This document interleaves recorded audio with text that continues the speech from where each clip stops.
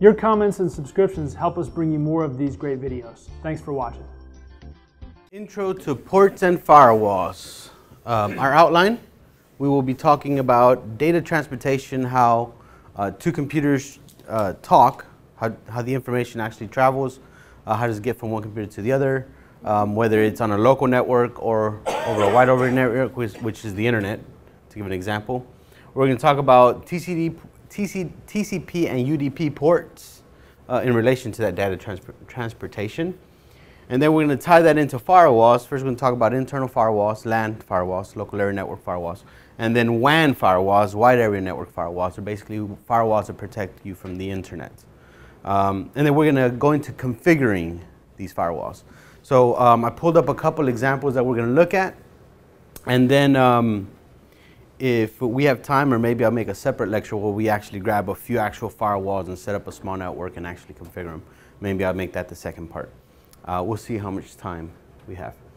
All right, any questions with the outline? Nope, let's get started. All right, so if you've attended any of my network lectures, you've always heard me talk about port numbers as, or communication between two computers as a freeway, right? If you wanted to get from one city to the other, you'd take the freeway, right? Well, as I just said, I always compare that from one computer needs to get information to another computer. There is also a freeway that it takes, per se. Okay? That freeway would be through the actual cable, obviously. But the technology of how that cable speaks is what we're talking about right now, right? Not the physical medium. So in a regular road, in a regular highway, we've got lanes, right? First of all, we've got dedicated lanes. We know that these lanes go that way, right? Okay, we've got the one on the far right is what? For what kind of?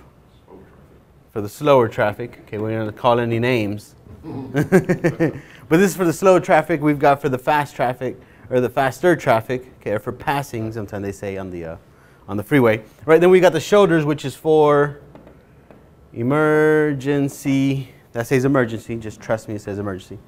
Vehicles. Oh. Okay.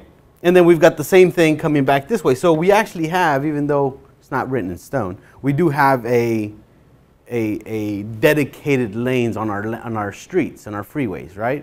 You know, if you're going that way, you can't. I mean, you can, but you won't get on the opposite one and drive the other way. Oh, when I went to China, they do, by the way. It's crazy. Like if you're here and there's a big medium and there's a store you want to get to over there, they just cross over, come over, and it was crazy. Anyways, that's a different lecture. That's a different lecture. All right. So again, a regular road, we have lanes. We have some that are dedicated for a very specific type of traffic. You know, another different traffic gets on different lanes, correct? All right. So if we were talking about the freeway for a computer talking to another computer, one big major difference is that there is 65,535 lanes, okay? And each one of these lanes is it's a two-way street, okay? So that's a lot of lanes, right? So once they figured this out of all these 65,535 lanes, they decided to number them. Just quite simply number 1, 2, 3, 4, 5, 6, 7, 8, 9, 10. You know, it kept going. You know, eventually you'll hit 15. Eventually you'll hit 80. Eventually you'll hit 110. Eventually you'll hit 25 was over here somewhere. You know, 338. 333, 85. You know, and so on and so on and so on, all the way till you get to 65,535. Okay, so there's all these lanes, and each one of these lanes is a two-way street. Packages can go and packages can come on the exact same lane. Okay, these are your port numbers. Okay, whenever you hear people say port number, you know, port 80, they're talking about lane 80 on the information freeway.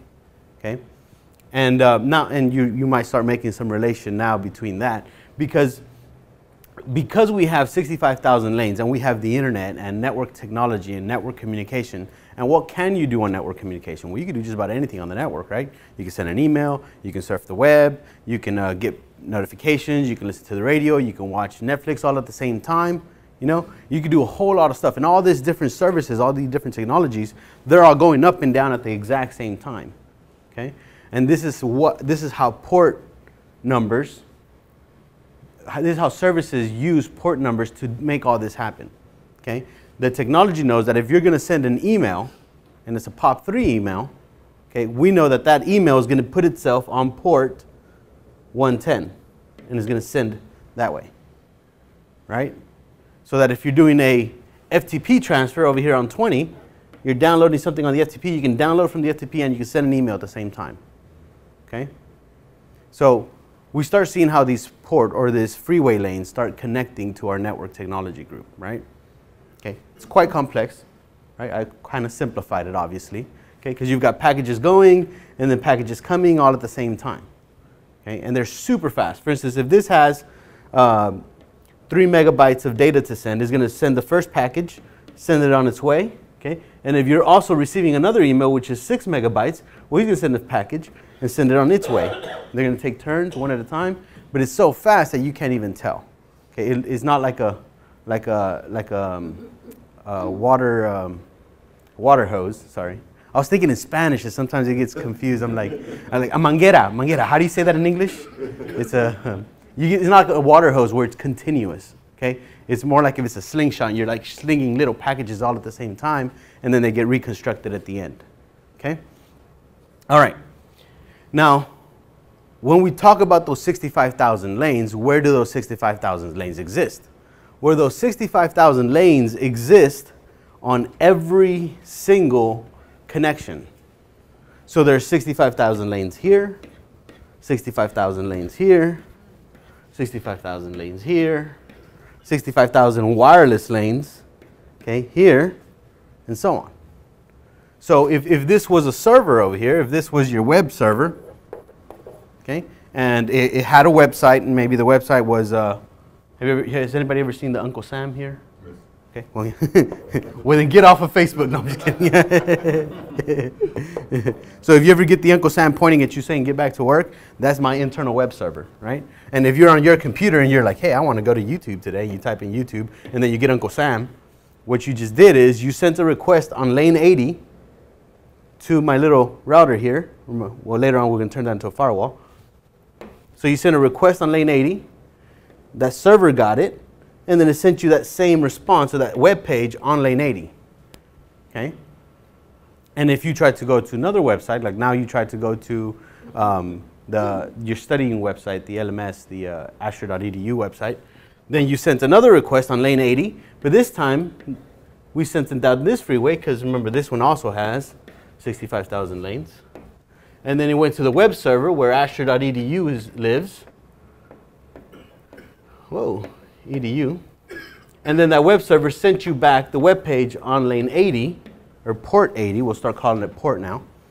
Okay? And then you receive that website. Okay, so all that traffic happened on one single lane of the 65,000 here, 65,000 there, 65,000 there, 65,000 there. Okay? All right, this is why the networks don't get crossed. This is why traffic doesn't get lost. They don't crash all the time, and that's why you can do so much at the same time on the network, okay? Because you've got 65,000 lanes. That's a lot of traffic, okay? All right, now if you think this is complex, you think that's complex, you think that's a lot of lanes, get ready for more, okay? The truth is that there isn't 65,000 lanes, okay? So has anybody ever seen a double freeway like this, like on 635 and 35, where we've got the expressway on top, right? So if you want to get to the city, you can take the regular street, right? Or you can be one of the cool people, you know, like me, and take the expressway and get there much faster, right? It's the exact same road, it's just one of them's elevated. It's the fast way, okay? Well, networking is the same way. There's 65,000 lanes there, and then guess what? There's a whole nother 65,000 lanes up here. Okay, so we're going to relate that as if we had our two lanes, right? We have 65,000 lanes here, and I'm just going to 535. We'll go ahead and write it all out. These 65,000 lanes, 65,535 lanes, we're going to start calling them the TCP freeway. Okay, this is the TCP freeway, the one on the floor. Okay, the other 65,535 lanes, we're going to call, guess what? UDP freeway. So how many lanes do we really have? Okay, we really have whatever that is, you know, 130 something thousand, 40,000 and 70. Okay? So the difference between the two freeways are what? We're just like our expressway, the UDP is faster. It's for quick traffic. If it's a network package that needs to get there fast, it's going to take the UDP. Okay? But let's say you want to get to the city, but you just want to make sure you don't fall off that bridge and nothing happens, the package doesn't get lost. Which freeway are you going to take? You can take the down, right? You don't want to fall off the freeway and not get there. So the TCP is more secure, more reliable. Okay? So whenever you start thinking of this, just start thinking the bottom one, it's reliable. It's going to get there. Okay?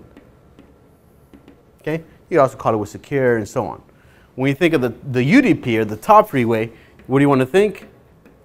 That it's fast. Those are the two key features, or the key feature of each of the two expressways, or the two network connections. Okay? There's TCP and UDP.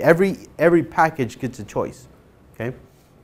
Now, how that service is made, they decide how to use it. For instance, if you need to watch a movie online, if you're watching video, okay, that's a lot of data they've got to push to your computer from the server. Guess what freeway they made that service to run on? UDP. Okay? But if you want something secure, like SFTP, which is a secured file transfer protocol, which is transferring your file very secure, very correctly, they want to make sure it's right. What do you think they're going to use? TCP. Okay? When they make these programs, or when they make these software, when they make these services, they already predefine, and they say, we're going to make it run on UDP. So let's say you had port, let's say 80. Okay? There's also a port 80 on TCP. So there's two 80s, right? And then let's say another one. Let's say that you had port 20 and port 20. And then one more, we're going to say port 3385, I believe it is. Let me use my cheat sheet here. 89. Oh, man, you knew what I was thinking, didn't you? 3389. Just goes to show you won't have to remember all these numbers forever. Okay. Okay. 3389. Forever. I didn't say not forever. Just for get your certification. Then nobody cares if you need a cheat sheet to remember all these 65,535 ports. All right. So we see that we have two lanes of 80, right? But what uses lane 20? Sorry, there's two lanes of 20. What uses? Use your cheat sheet now. Okay. Does it say whether it's TCP or UDP? TCP. So when they wrote the FTP, they said we're going to make sure it gets there. That's more important for us than to get fast. More important for us is to get there. Now, it's not like a huge difference where you're going to be like, oh my God, we're looking at 2 hours versus 2 weeks. It's not that big of a difference. Okay. It's just they care more about the reliability of that transfer. Okay. So what's on port 80? HTTP, which is the web, right? The internet. Every time you surf the internet, you're running on port 80. Probably the most used port there is on networking, because of darn you, Facebook. So when they wrote that, they decided to put it on UDP or TCP? TCP. Okay.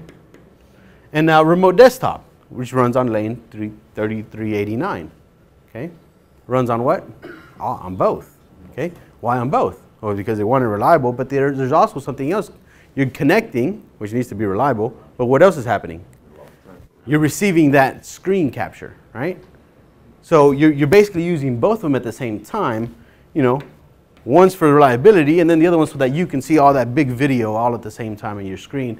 And because it uses both, it makes a really high quality and secure connection. Okay, so the technology that is made, when they make it, they can choose to use one, choose to use the other, or choose to use both.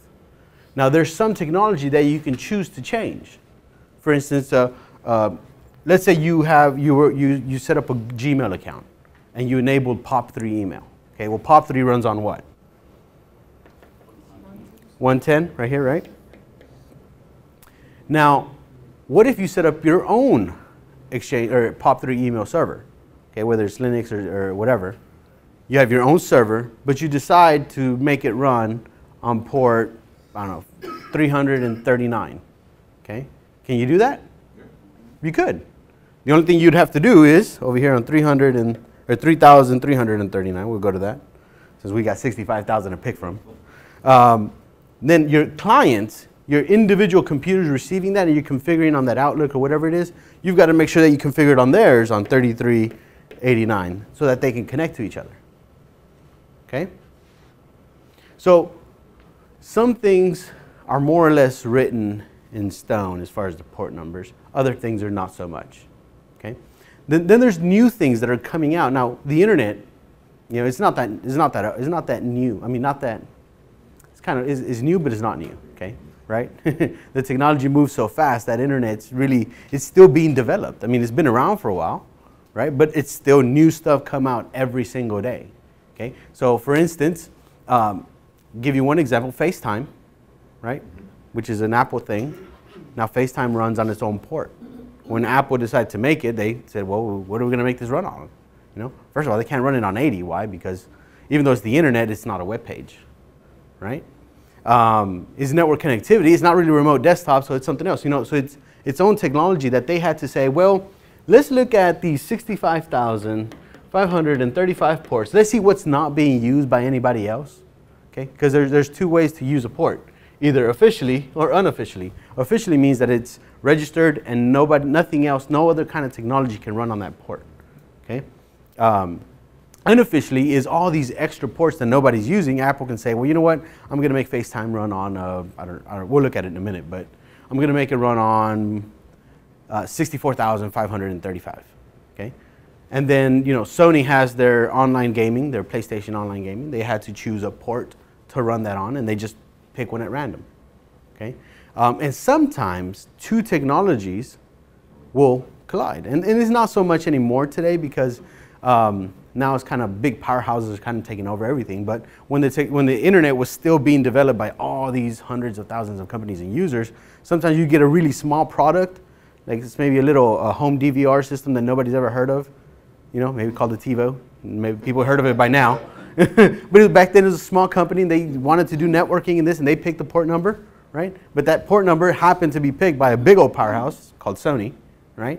And sometimes they'd collide, and then you'd have to call support and they'd say, well, we've got to switch it because obviously we can't get Sony to change their port number. So then they'd move it around. So again, it's new, but it's not new. So things are still being developed. There's still port numbers that are empty. And then sometimes, very rarely now, but sometimes you'll get two network devices that'll collide with each other because they're trying to use the same port. So they don't have They do, and we're going to look at it in a minute. Okay? Yes. Oh, IA and A. Okay?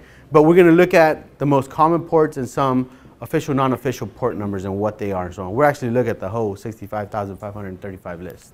Okay? The unofficial list, by the way. All right, so we recap real quick. We have two freeways now, right? TCP and UDP. Okay?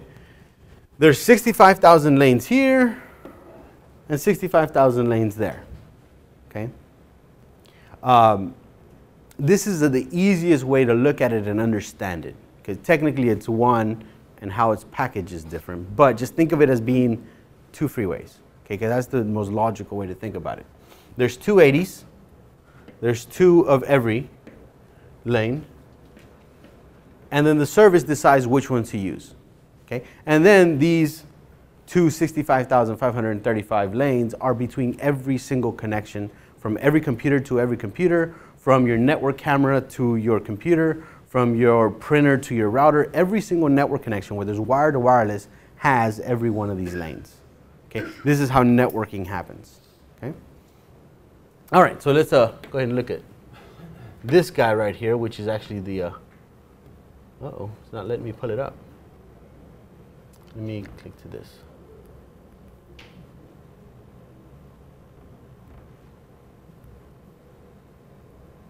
Mm-hmm. What's that? What? It's not letting me, right? We'll just search it real quick. Oh, look at that.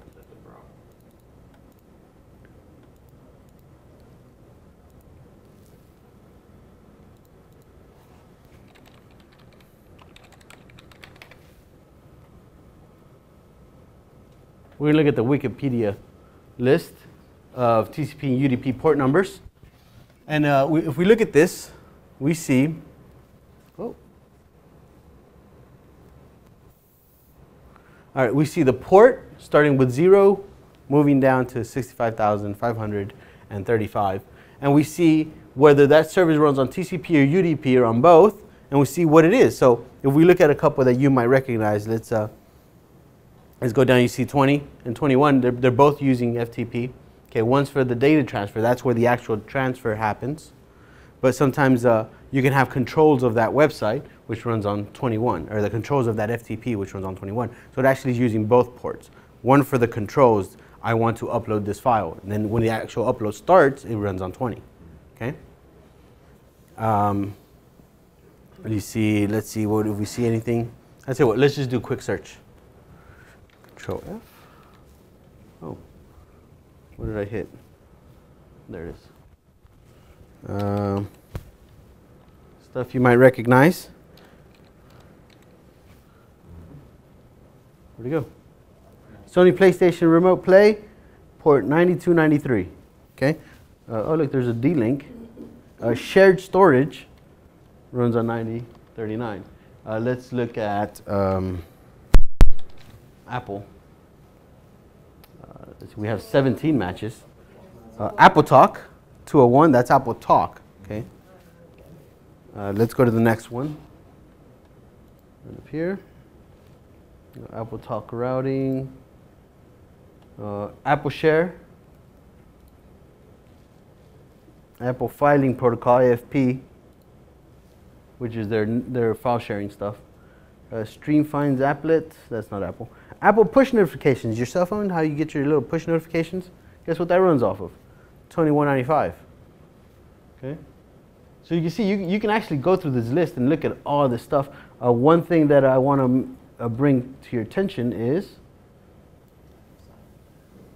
right here, official, unofficial, and this is what we were talking about just a second ago, where multiple services are being used by the same port. Okay, so let's look for a yellow one real quick. So the purple's here, unofficial. So you see here that is yellow, which means there's other programs or other services that are known to use this ports. Now, sometimes I'll have a list of stuff that uses it. Let's see here. See, like here we have 135 Microsoft Endpoint Mapper. It's unofficial. Used to remotely. Okay, well this just has one thing. Also used by DCOM, which I have no idea what DCOM is. It's some smaller company that can obviously not compete with Microsoft. Okay, so guess if one of the two was decide to change that port, guess who it would be? No, probably DCOM. You know, yeah, it'd probably be DCOM. All right. Oh, let's do one that you would definitely recognize. DHCP. So you know when your computer requests an IP address, where did it do that request? 68? What? 57? 67. Oh, right here. Oh, there it is. DHCP. Okay. Way over here. So it uses 67 and 68. Okay. All right. So again, you can look at this list on your own time. It's kind of interesting to see some of the stuff that uses, what stuff uses which port, okay? If you're in a network where a certain service isn't working, then you might have to open that port on your router, and that's what we're going to talk about when we start talking about configuring firewalls. All right, so back to our lecture here. All right, so any questions on ports so far? Yes? Seems like when you talked about POP 3, you said something about the traffic going both ways. Mm-hmm. But for POP 3, wouldn't that only be out? Oh, you're right. Yeah, that's right, because it'd be coming in through SMTP. Yeah. Good catch. Okay. Other traffic is both ways. Okay, but POP would technically only go one way. Yeah. Okay. When there's a conflict with the bigger company and the smaller company, does the bigger company buy them out, or how? No, nothing. It's just they just both keep doing their thing. But think about it. If you're a smaller company, let's say you made your own phone, right? And you wanted to compete with Apple. Okay, well, first of all, tough luck. Second is that you had your own push notifications. But if somebody bought your phone, and in your company, and somebody called you to tech support and said, hey, I have your phone, but when I'm at home, I don't ever get any push notifications. And you're like, okay, well, let's figure out why. And then, what other phones do you have? It's like, oh, my daughter has an iPhone, my wife has an iPad, and my dog has his own iPad mini. So I don't know why the dog has an iPad mini, but you've got all these Apple devices that the push notifications are probably crashing and not making this your company's phone receive its. Okay? Guess what you're going to do at your next update? Change your port number, right? Because how are you going to compete with something that the user doesn't know, and they're just like, well, this doesn't work. It's a piece of junk. I get home, nothing happens, nothing works correctly. Okay? So the next time you'll probably put a support ticket, and an engineer will say, well, you know what? Silly of us. Why would we put it on the same port number as Apple? They've already got a whole bunch of them. Let's just put it on some 65,000 port, 65,534. Okay? Nobody has that one. So it's just, that's kind of how it goes. It's all of the battle of the products, You want your product to work seamlessly. You don't want the user having to go. You're going to have to walk the user now. Imagine walking the grandma that has known nothing about IT. Sorry, I'm going to need you to log into your router and change your port forwarding address from 2021 to 65,535. Now you're just going to do an update, change it, avoid all that. Okay?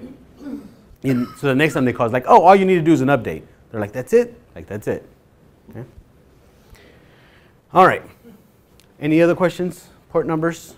We know how port numbers work in the networking world. Okay, or at least have a good idea. Yeah, so do all the lanes run at the same speed? Now, yes, they do to each other. Okay. TCP to UDP is faster. Oh. And then ultimately the whole connection would matter on your link speed.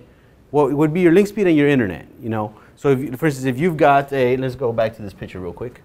Oh, right here. Let's go right here. Let's say you have Time Warner cable, and you have a 50 megabit per second connection. That's a 50.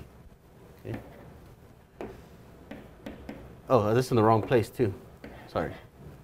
So right here, your internet connection. You have a 50 megabit per second connection to the internet. All lanes run at that speed. But let's say internally you have a gigabit, which is 1,000 megabits per second. Then these lanes run at that speed. Okay? But they all run the same to each other. They don't run the same from TCP, UDP. UDP is faster. Okay? All right. And any other questions? Oh. Ports? No? Well, then let's take that knowledge of ports, and now we're going to start talking about firewalls. Okay, so how can I take all this port nonsense and start securing a network? Okay. Let's say you work for a company. Okay, and let me grab this port number real quick.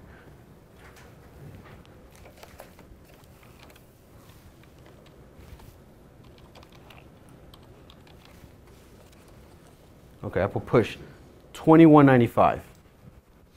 Let me just write that down for a second, because I will forget. Okay. So let's say you worked at a company, and just don't pretend you don't see that up there. That's my code. That's my code. See, it's written in sign language or something. Let's say you worked at a company and you had a trouble with all your employees always checking their darn iPhone. Okay, it just bing, all of a sudden, everybody simultaneously, oh, it's her, darn. Bing, then everybody again. And your boss says, hey, I need to cut this nonsense, right? But I can't, all they're going to do is switch it to vibrate, right? You can't just put a policy in place and tell everybody to follow it. What you could do is, guess what? Say, okay, I'm going to block port 2190. Okay, I guess this time I should make it where y'all can read it. Huh? How's that? 2195. Okay. Which some companies do. Okay. So then guess what's going to happen when you're in the building? Whenever something comes in on 2195, it's blocked. No, sir, not in this company. Okay. Let's say that you just didn't want any traffic. going from one computer to the other. I don't know why you're networking, but let's say for some reason you didn't want any traffic going from one computer to the other computer. Guess what you would do? You would block all your internal ports, which a lot of firewalls have the option to put an asterisk, which means wildcard, variable, anything. Okay? And once we look at configuration, sometimes they actually say the word any, and sometimes they say 1 through 65,535, and sometimes they just have an asterisk meaning anything. Okay? The asterisk is the most common one. So if you were to say, hey firewall, on my, and here's the difference, by the way, we're going to start seeing it. WAN is when it's coming into my local network. LAN is when you are inside the local network, right? All right, so you can say on my LAN, so I'm going to write a little bit of a firewall rule here, okay? On my LAN, I want to, this would be my source. So anywhere from any of my LAN people,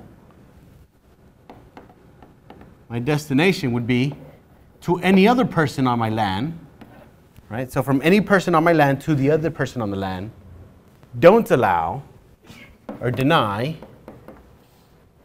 what port? All ports. Okay?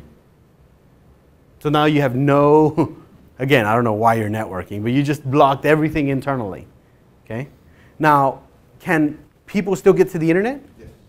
Why? That's right, because this said from LAN to LAN. You didn't say from LAN to WAN, right? So people can get to the internet. Can the internet get to them? Yep. Is that a security threat? Yep. How would we write that in our rule? Source, WAN, LAN, deny, asterisk, all. Okay, so we've got, boom, we've got two rules. Look at that. Okay. All right, what if, okay, so nobody, so if anybody tries to come into the network, denied. Right? I should just go ahead and cut that arrow off because you got cut at the firewall. Okay? And if they want to get out, allowed, right? Allowed, that's good. But what if this was a web server? What if this was a web server right here? And it hosted an internet that, you know, somebody in the world had to come see. Okay? How would you write the rule to allow people into this web server? Well, first of all, you need a way to identify this computer from the rest of the computers, right? So we're going to give them IP addresses. 168.1.5, 6, and 7. We got a little ahead of ourselves, which is fine. All right, so what would we write? So source would be, this is, now you really need that thinking cap you said you brought. So source is who are we going to allow? We're going to allow him to do what? He can already go out, see? Green. Oh, we're going in this time. So who's the source? WAN. So in this case, we want, and I'm going to show you in a minute. I'm going to write it this way. So WAN, so we want the internet to do what?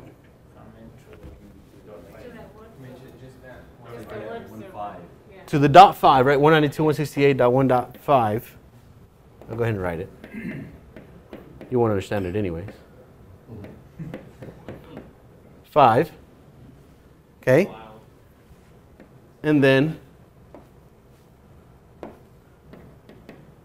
allow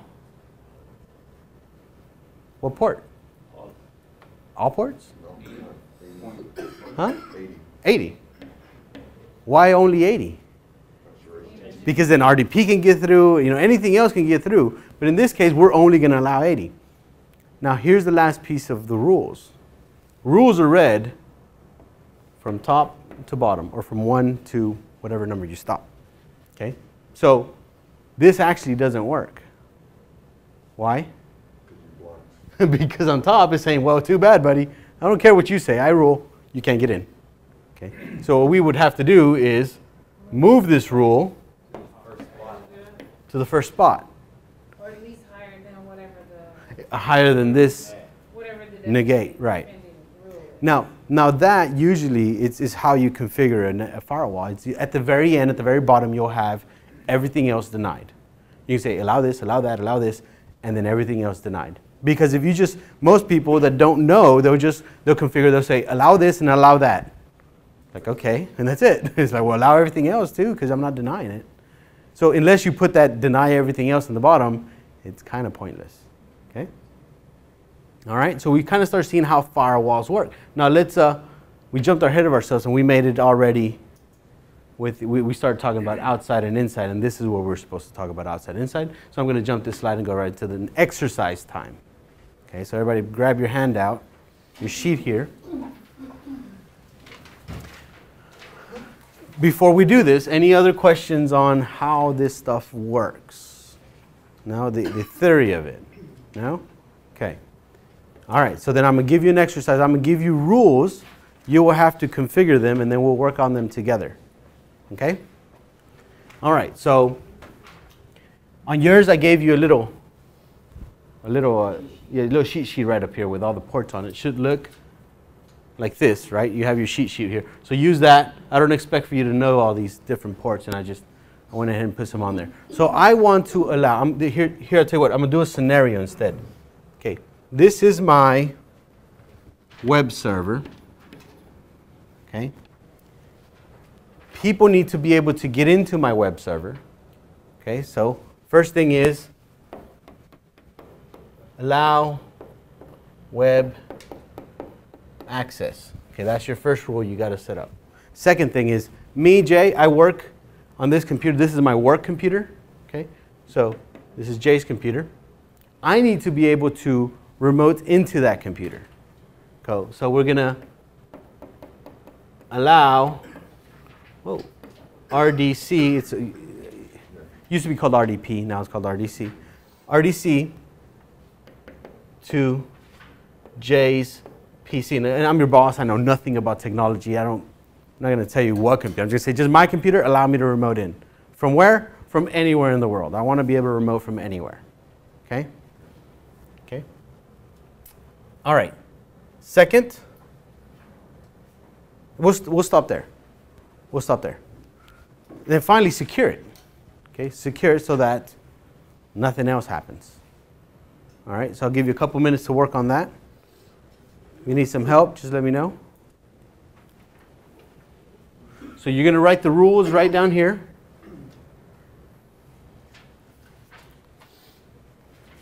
One thing I guess I didn't go with y'all. This internal, external, you can choose. When you remember when we were doing this, we can choose for this rule to work on the outside or on the inside only. Okay? So, should we just work on this one together and then give you another exercise? Yes? No? Okay. I don't know if it matters, but our numbers are slightly different. It really doesn't matter. It doesn't? It's the same, but on your computer, you have 17, ours is 200. What's different? 200. Yeah. Oh. Oh, I know why I did that. That's this exercise over here. Oh, okay. 200. So, well, then we'll just work on this one together, and we'll do the next one. I'll give you the next one as a challenge to your skills. All right. So, anybody want to give it a shot? I know you didn't want to work. You wanted to work it out. So, you want to give it a shot? Yeah. Rule 1, you want external. First rule is what? External. External. So this is going to be an external rule. Okay. Which means it's going to come into our network, right? What port? 80. 80? And you want TCP. Okay. So for this black one, I'm going to signify it by doing the arrow up here so that we know that this is coming into our network. Port, you said what? 80. Or TCP, UDP, sorry? Yeah, TCP. Well, yeah, we'll just do TCP. TCP. Now here's a little rule, a little fun fact. If you put both, wouldn't affect it. Okay, it'd be perfectly fine. Okay, but if you put TCP only, UDP won't work. Does that make sense? Okay. All right. What's next? Source address is going to be 192.168.1.5. Everybody agree with that?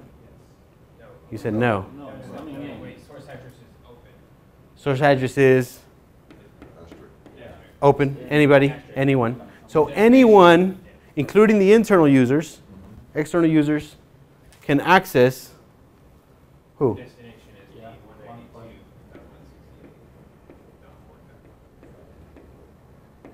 192.168.1. Ooh, look at that. That's pretty. And you're gonna Sort of. What's that? put allow.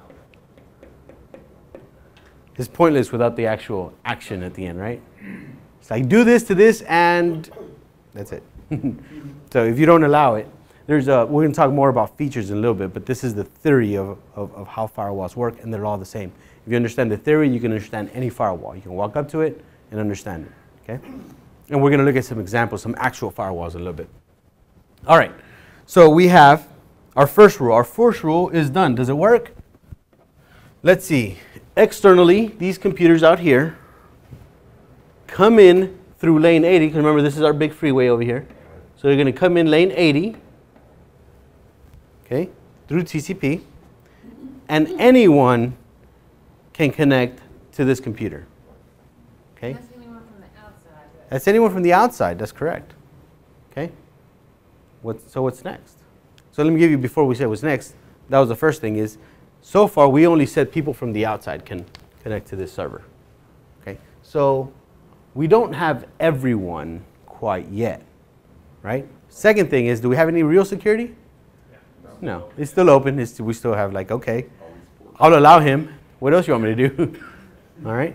So what's next? The next one we're gonna do. Somebody else. I know you're like all eager. I'm like, I'm going to configure this firewall myself. Anybody else? You'd be the kind of manager that says, hey, I need you to do this. You know what? Just I'll do it. Don't worry about it. I got it.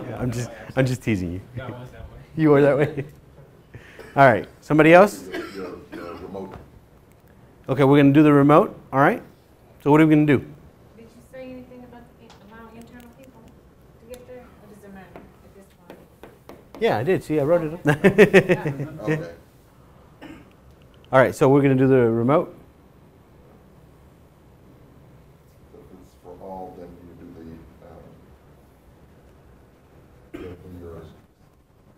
for your internal, for your web server. Which one do you want to do? Do you want to do the second, another part of the web server, or do you want to do the RDC? Now let's do the RDC. Okay, RDC it is. We'll do the internal. Okay, be internal. Everybody agree with that?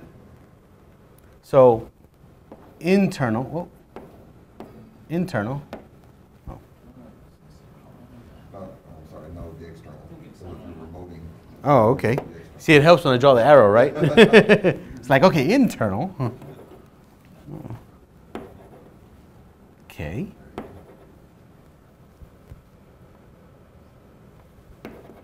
Huh.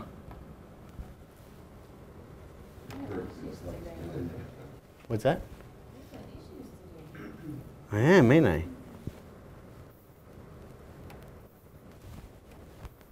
There it is. Where was I? Oh, right here. All right. So then we're going to do what? External. Here, how about this? Give you a hint. Okay, so that's internal and external, right? Next. 3389. I'm just put both since it's only two. Both. All right. What port? 3389. 3389.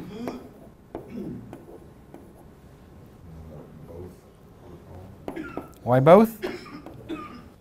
Because remote desktop connection needs both. Now in this case, if I put TCP only, won't work correctly. If I put UDP only, won't work correctly. All right. What's next? Your 192. My source? Yes. Everybody agree with that? 168.117. No. No? Okay. Oh, what's going on here?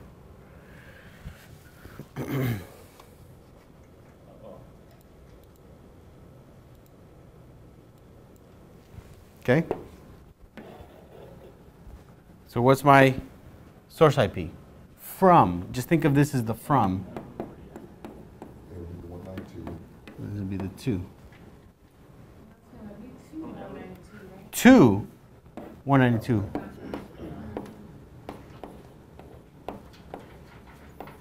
Because think about it this way. I'm sitting at home and I want a remote to work.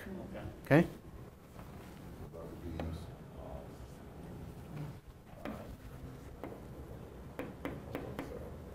Okay? Everybody? So I can remote from this computer to there, from this computer to here. From he can remote from. From anywhere. I can remote from anywhere. Okay? So what's next? Deny, right? Well, I'll teach you to not give me a raise, boss. Deny. Like, call into IT. Hey, my remote desktop not working. You know what will fix that? A raise. All right. What's next? Does that work? Yes, all the way.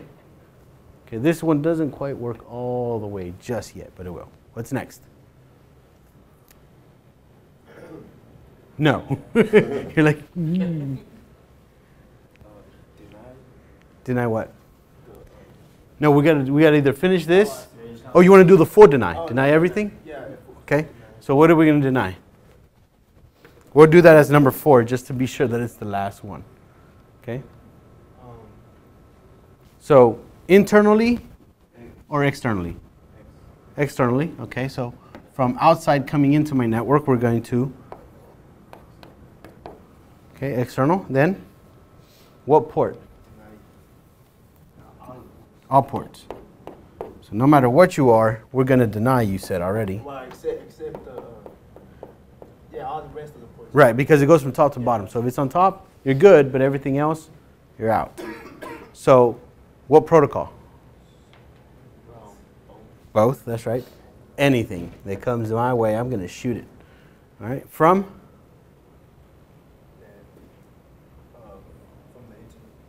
From WAN? From, okay, so we'll just call it WAN. Okay. Now there's some firewalls that you can actually tell it from the WAN port, and it knows that it's from the internet port. There's some firewalls that you have to put IP addresses. Okay, they're just, how expensive your firewall is how many options you get. Okay, all right, to where? 1.5. To just 1.5, so they can get into to my LAN. Okay.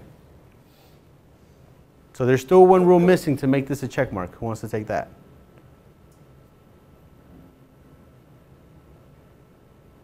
Anybody?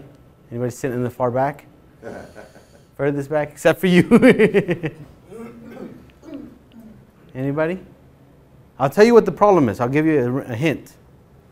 It's this right here. It's not complete. We have allow web access from here, right? But we want these guys to connect to it as well. And we could also do an out to let it get out. Okay? Now, so far, there's nothing blocking getting out, so we don't have to worry about that right now. Even the people.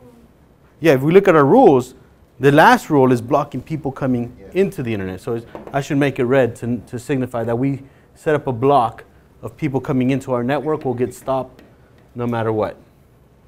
Okay? We have no blocks blocking people getting out to the internet. Okay? The only thing we got to do now is set up where this guy can get onto the web server. That's what we're trying to do. Or this guy. Yeah. All our internal users to connect to the web server. There's 2 things that we can do. Okay? So, I'll let you have one. Do you want to try one? There's 2 things we can do. Yeah, internal. Okay? So we can set up another rule here that says, I'm going to do it in blue. Port server, asterisk. Asterisk? You want to let anything come in? Yeah, anything that I want to allow all communications within the LAN. Okay, it's probably best to only stick with the one, because we don't want Okay, so people. 80 then. So, okay, 80. TCP. Source address is going to be destination IP is going to be 168. Okay. 168.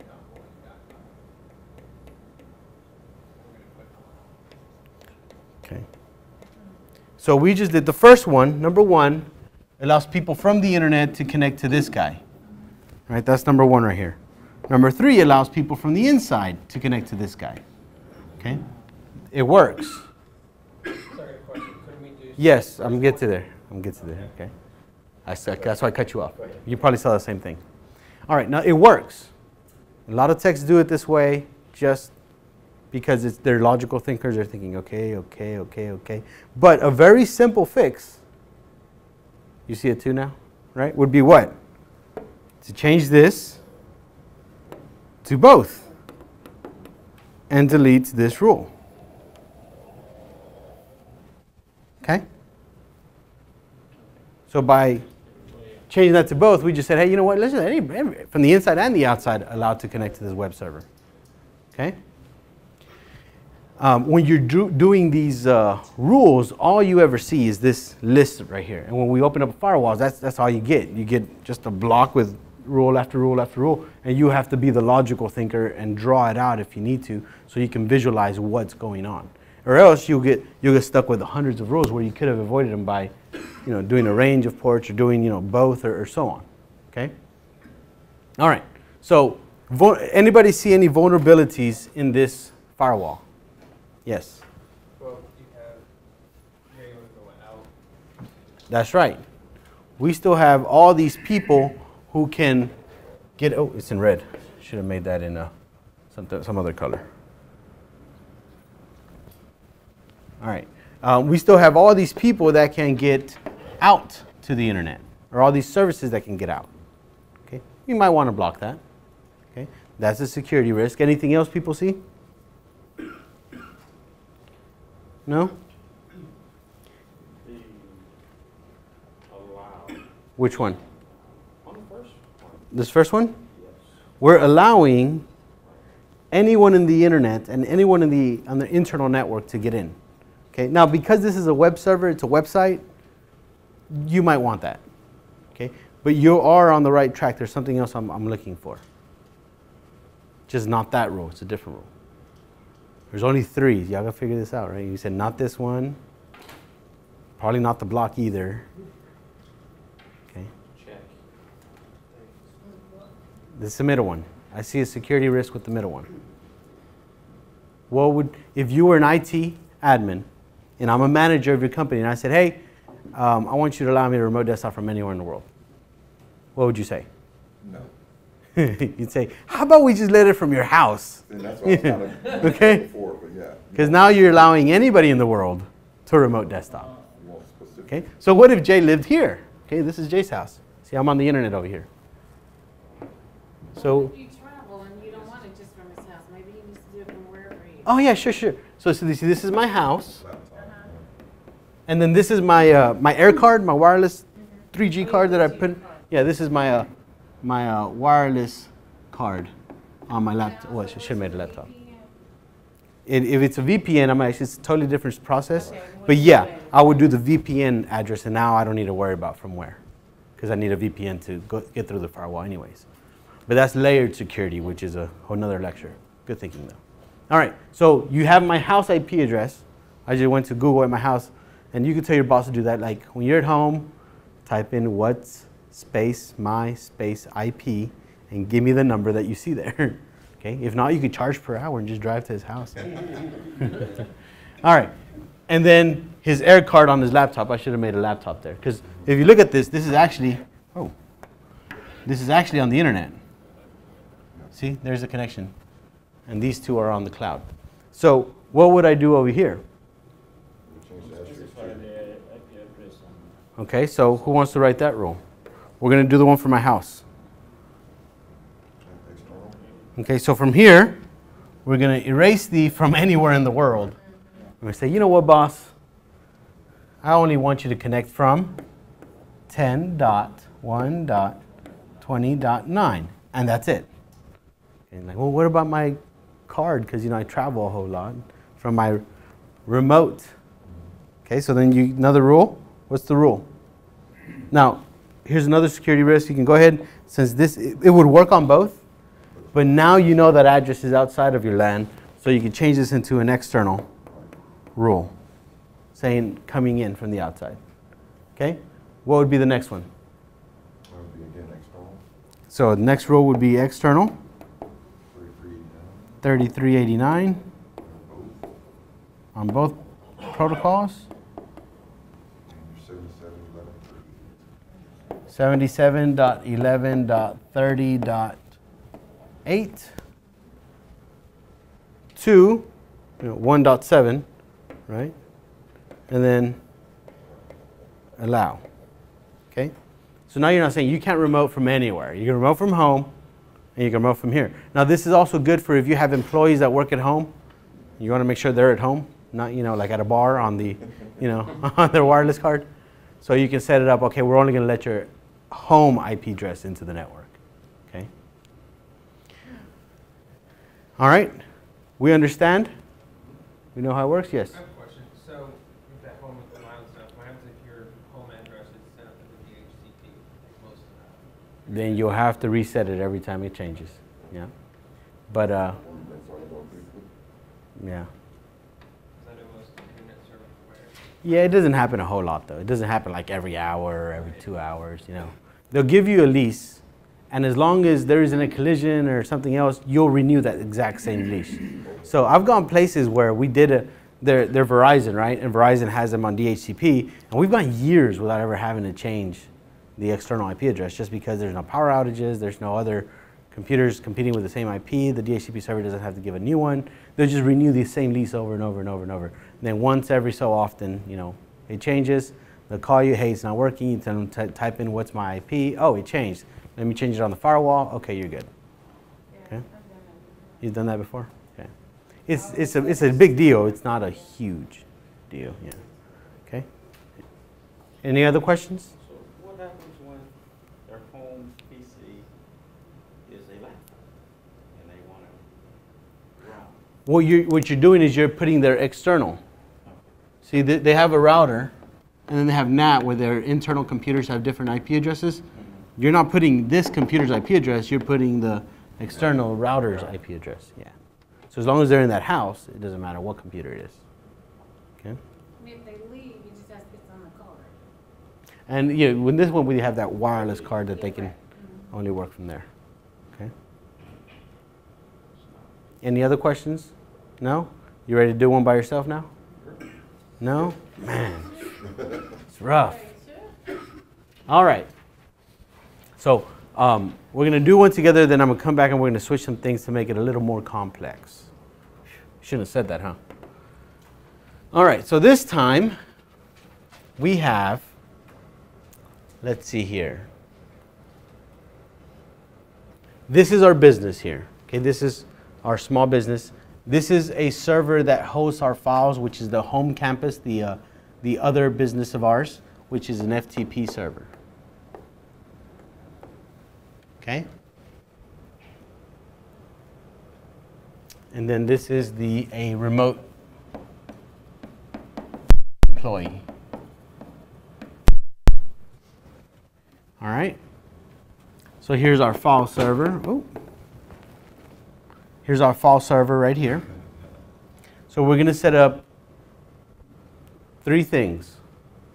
We want to allow, I don't have anywhere to write. Okay. So allow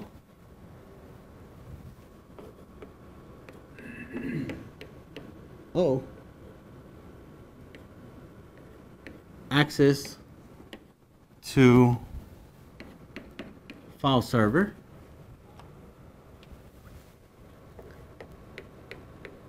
Allow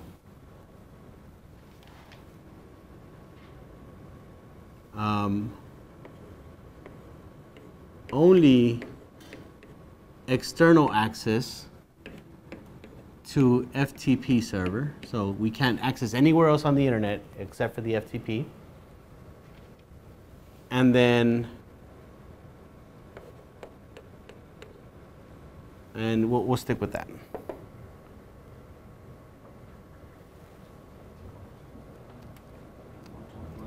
We'll stick with that. We'll keep it simple.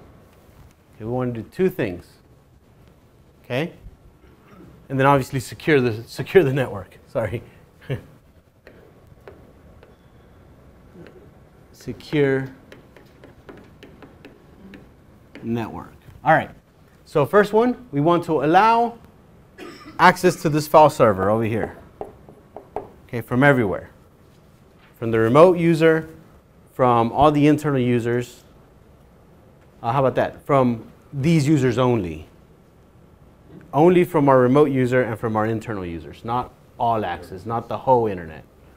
So file server, and I'm going to put in parentheses, remote user and the LAN, which is our internal users. Okay? Not this FTP guy doesn't need to come into the file server. Okay? But we all need to get out to the file server. Okay? Does that make sense? And the remote employee needs to come in, right? The remote employee needs to be able to get into this file server. Okay, so here's what we got to do. We got to allow this guy in here, right? We've got to deny anybody out, okay? And then we've got to allow these guys to here. Because the anybody out is anywhere. We don't want them to go anywhere else except for this site. Okay? So we have internet connection, but there's no internet. You can only access the FTP server on the internet, and that's it. Okay? And there are companies like that. Okay? Like think of a bank. They've got internet connection, but they can't sit there and surf the web and check their Facebook and, you know, and send emails. Star means everything. Yeah, any. All right? Oh, and then we also need to allow these guys access to the file server. Okay? It looks a little complex, right? Okay. It's only 2 rules. Right? That's it. It's just 2 rules. I was going to add more too, Keegan. It's enough for today. All right, so 2 rules. The 2 rules say everybody needs to access here. At least these 3 guys need to access here. That's the first rule.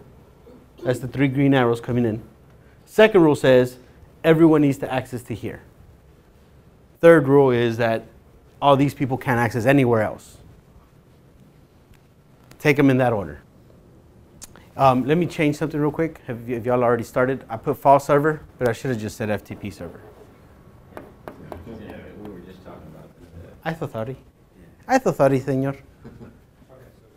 All right, let's work on it together. As we do this, if you wrote something different, let me know, because there's a lot of different things we can do. And when we start looking at firewalls and the examples of actual firewalls, firewalls works different, and there's different options that they can write. I'll try to cover as many as I can come across as I remember, okay? So let's start off with the first rule. Allow access to the file, or to the FTP server now. Sorry, that was my bad. Allow access into this FTP server from the remote user and from these 2 IP addresses to him, right? Now, first thing is what? Is this going to be an internal or external rule? We need 1 volunteer to run the first one. You're going to do both. Okay, we're going to talk about the way he did it, okay, because it's going to be a little different, because it works. All right, so what did you do? You did both? Okay, so he's doing a rule that does in from the outside and in from the inside. Okay, then what's next? Yeah. Port 20, why 20? Because FTP, okay. And then? Then I selected TCP. Why TCP? The reason that I chose it was because it's next to port 20. Yeah, because I wrote it, because it says 20 next to it. Silly, okay. All right, what's next? What did you write over here? Or what, the source? Yeah, source. The source I put 10.1.20.9. So 10.1.20.9. And underneath that, in the same box, I put 192.168.1.200/.6. So you basically put 3 IP addresses on the source. Yeah. Okay? We're going to talk about that in a second. Okay, and then what'd you do for your destination? Destination, they all went to 192.168.1.5. The actual one was allowed. Okay. What about the ones over No, FTP. See, there's no green arrow going into him. There's 3 arrows coming into him. 1, 2, 3. No, he's not going in at all. Where's the arrow? The arrow's That's going from the LAN to him. Oh, okay, I see. Okay? Got it. Okay, so here, I'll put this. There you go. LAN. Okay. All right, so now what he did here is he put 3 IP addresses in one box and just tried to simplify it. The theory is correct. The theory would work, even though you'd actually have to have 3 lines, right? You have 1 line for this IP address, 1 line for that IP address, 1 line for that address. If you would have done it like that, it's fine. There's actually some firewalls that you can just hit duplicate, and it'll duplicate it so you can just change 1 number. Okay. Now another thing that some firewalls do is allow you to do groups. Okay. For instance, if anybody wrote, now that's why this says both, because he had an external and an internal IP address. Now, even though your theory is correct, this wouldn't work on a real firewall because the range is too different. Okay. But what would work would be is if this was either internal or external. If this said, let's say, internal, and this had just the word LAN in it. There's some routers that will just group everything inside the local network. So by doing this, you just said both of these computers now have access to him. Okay, your internal LAN, anybody in here, if there was another computer here, he'd have access too. I guess it would be easier if you got 500 people on your thing. 500. Yeah. Now, correct. So let's look at that. Let's say you did have 500 people in your network, local network. If all 500 people needed access to that the FTP server, then yeah, this is easy. Just say everybody in the LAN, you get in. But what if you had 500 people, or what if we had 254 people, because this is a Class C address, right? So I've got 254 people, and I need to let only half of them in. So half allow, half deny. Okay? There's routers that will let you do subnets or VLANs. Okay? So I purposely made him on a 200 to make him in the second half of the subnet, right? The first, if I was to take 256 addresses and divide them in 2, what would I get? I'd get 0 through 127 here, and then 128 through 255 there, right? So 200 being on this LAN, this subnet, and then this one being on this subnet, okay? So there's I'm going to show you this trick here. There's some firewalls that will allow you to do this. 192.168.1.0/24. What is that saying? That's saying allow anybody with 192.168.1 with the range of 0 through 255, allow in. Okay, now that subnetting is a little complex. If you haven't done the subnetting lectures, skip this. Okay? Who have done the subnetting lectures, pay attention. All right, what's the other thing that some firewalls can do? They can say, well, let's do this. 192.168.1.1/25. Now what is it saying? You've taken the subnetting, right? What's it saying? The first group. That's right. These groups right here, they can access it, but these guys can't. So why 25 is separating it and saying that only these groups can access that network or that firewall. Okay, very complex stuff. High-end firewalls work exactly like this, so that you can let just 2 computers with a single slash, or 5 computers, or 6 or 8, you know, a small group in without letting the whole group in. Okay. Now, if I would have done this in this scenario, only 6 will be able to access the firewall because 200 is on the second half over there. Okay. I know this is complex. You just started this week. You're like, what am I doing now? I mean, I shouldn't be here. You're good. This is for the complex, the higher end, the server and the network plus people out there, okay, and the Cisco people out there. All right. So again, this is a feature that some firewalls will allow. They will allow subnets, okay, or they'll allow you to make VLANs and just let certain VLANs in. Okay. So we're going to back up off that topic just a little bit. Whew. Good. All right. So in this case, What we want is the whole LAN, the whole internal LAN. So some firewalls will simply let you put the word LAN, and you're like, that's everybody in my local network. Okay? And that works just fine. All right, so now the destination address is who? Him? Allow. What did we just do? We just checked off this arrow and that arrow. These two now have access to that FTP. Okay?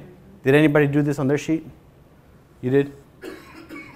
And we talked about yours. Anybody else did? Okay. What else is missing? We'll still need this arrow to come in.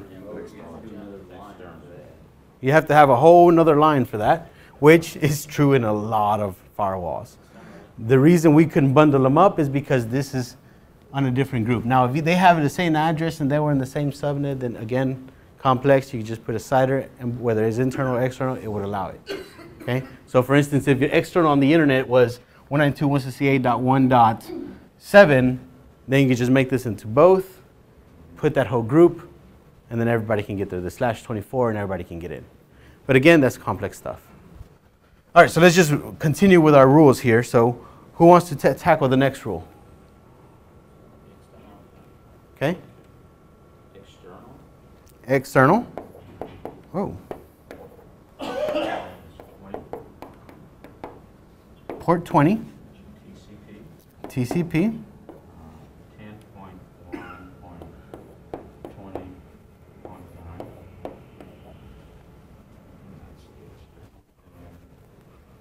192.168.1.5 allow.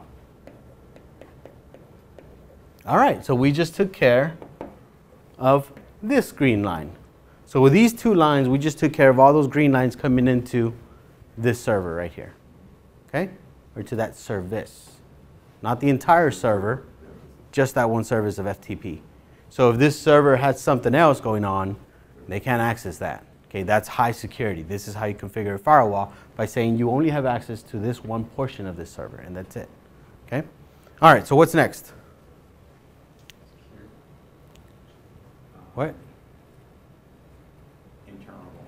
All right, so here, I'll check it off of here. We did this. So what's next? Internal. Who's talking? You are. Okay, internal? Port 20. TCP. LAN. Which means all these computers. The FTP address? 77.11.30.8 and allow. All right, so what did we just do? We just said this green line is now active. Yes? So the FTP server is also included in the LAN? It's not like a server by itself? Yes. Now in this case, because of this rule right here, this one can also access that, which was, I was going to bring it up later, but you caught it already. Okay? If I only wanted these two computers, then I would have to do two lines and do their IP addresses. Okay? Or subnet them in a way that this was in a separate group. Okay? Which adds a little more complexity to it. Okay? All right. What's next? So I've got all my green arrows. They're all checked off. Oh, here, let's check this off as well. What's the next one? Secure the network. Okay? So who wants to secure my network? Now don't all raise their hands at the same time now. Be both. All right, let me give him a shot. What you got? External?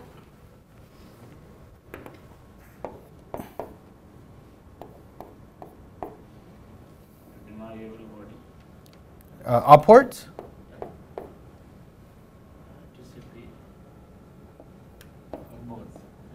Which one? TCP or both? Both. Right? Because remember two freeways? You're just blocking one freeway. They can get in the other one. So in this case, we want both. Okay? Source is one. Hmm? Source because it's one from outside, right? One. What do you mean? I have LAN, okay, LAN. Oh, you have LAN, okay. I have LAN to one. LAN to WAN, okay. Deny.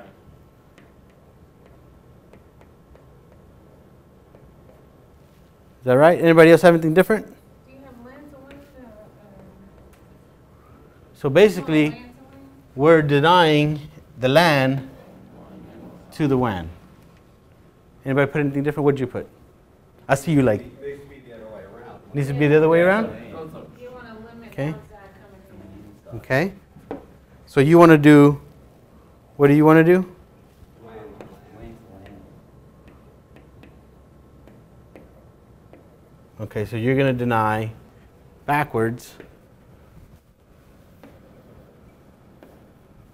You want to deny anybody to come in. What you got? I have internal and external.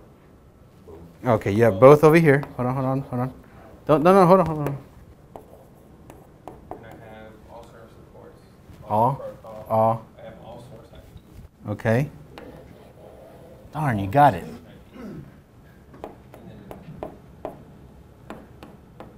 So what does that do? Cuts everything off, right? It's like, okay, well in that case, we're going to cut. Oh, what did I do?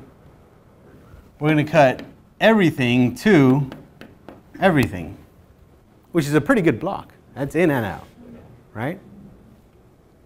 And then both saying, well, because you switched this to both, not only did you block this, what else did you block? You blocked from internal to internal. Everything else, that's a major block. Okay? So he added this whole other route from one computer to the other. So these two can no longer talk to each other. See these two? Can't talk to each other anymore. Because he changed that from external to both. Because he included the internal as well. Okay? Because you only said 2 allows, so I allowed 2 transfers, and you said everything else is blocked. That's right. We were going to talk more about loopholes and securities, but y'all took care of it yourself. You found some loopholes and plugged them up. Okay? Any questions with this scenario? Yes? On line 3, shouldn't that be external instead of internal? Line 3, internal. Oh, it should be, shouldn't it? But you're 76. going across the internet to get there. That's right. This is an external right here. Because we're crossing, remember, external means outside, up here. Okay, internal means looped inside. So this is external. Okay? Anything else? I had something different. What'd you put? I had, it should have been external. External. And, all. All. Okay. All external. Wildcard. Okay. And then I had for the source, wildcard, everything wildcard. Okay. And then that was to everything. Okay, so you had the same thing with deny. The difference of doing external only is that you don't have this additional security of one computer versus the other. So you just allow these computers to talk to each other, which sometimes is okay in a company. Okay, it just depends on how either Say you they can't talk, they can't email or anything. Is that they can't do anything. okay? That's what a firewall does. Stuff on fire server. Except the only thing they can do Let's communicate with them. communicate with the FTP server and only to FTP services. They can't even email that sucker. Okay? Okay? They can't even ping it. I mean, well, they can ping it probably because that's not a service. That's Like, you don't want an IP diagram. you already know you can't use it. Yeah, so all you can do is just FTP access, and that's it. And this is why firewalls are so important in a network, is because they do quite a bit, right? Everybody with me so far? In this scenario, can remote employee get to the external FTP? Ah, good question. Let me clean this up a little bit. So his question was, can he access him? That's right. Your firewall affects your network. Okay? So he is on a separate firewall. He is connected directly to the internet. He would need his own firewall here, okay, or a firewall here to manage that part of it. You can't control what's not in your network. Okay? You can control what comes into your network and what goes out of your network, but that's it. You can't control somebody else's network to somebody else's network. Okay? Can't play God. Sorry. All right. So that was a very good question. I was going to bring that up. Any other questions with our scenario here? No? We're getting the idea of how it's working? Yes? Yes. All right. Next few minutes, we're going to take a look at, I was going to do another exercise, but I think we'll jump forward. We're going to look at now options that some firewalls have. Okay?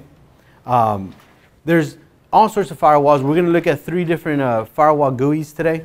Their graphical user interface, just basically the way you set them up, and we're going to try to diagnose them. We're going to do the reverse. We just built a firewall, right? We set up rules. Now we're going to look at rules and see if we can figure out the network just by looking at the rules, which is, if you're a nerd like me, it's exciting stuff, let me tell you. All right, but before we do that, let's talk about some of the firewall options, or some options that some firewalls have. Okay, so we talked about one. We talked about when we were talking about a source where you can do a subnet or a group, right? Instead of doing one IP for every single line, you could just do a bunch, right? So that would be subnets and VLANs, okay? There's some firewalls that allow you to put a CIDR number, put a number next to it, and boom, you've got a whole network, okay? Or a whole range of IP addresses, okay? Another thing that you can do is ranges over here. We have ranges of IP addresses which kind of go into that subnet, but you have also ranges of ports. There's some firewalls, and I think you brought this up when I was talking to you, was saying, well, Jay, uh-oh, where am I going? Too far.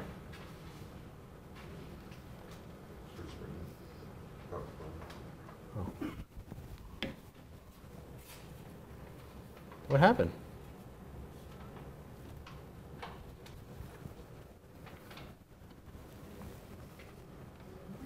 Uh-oh. There it is. All right.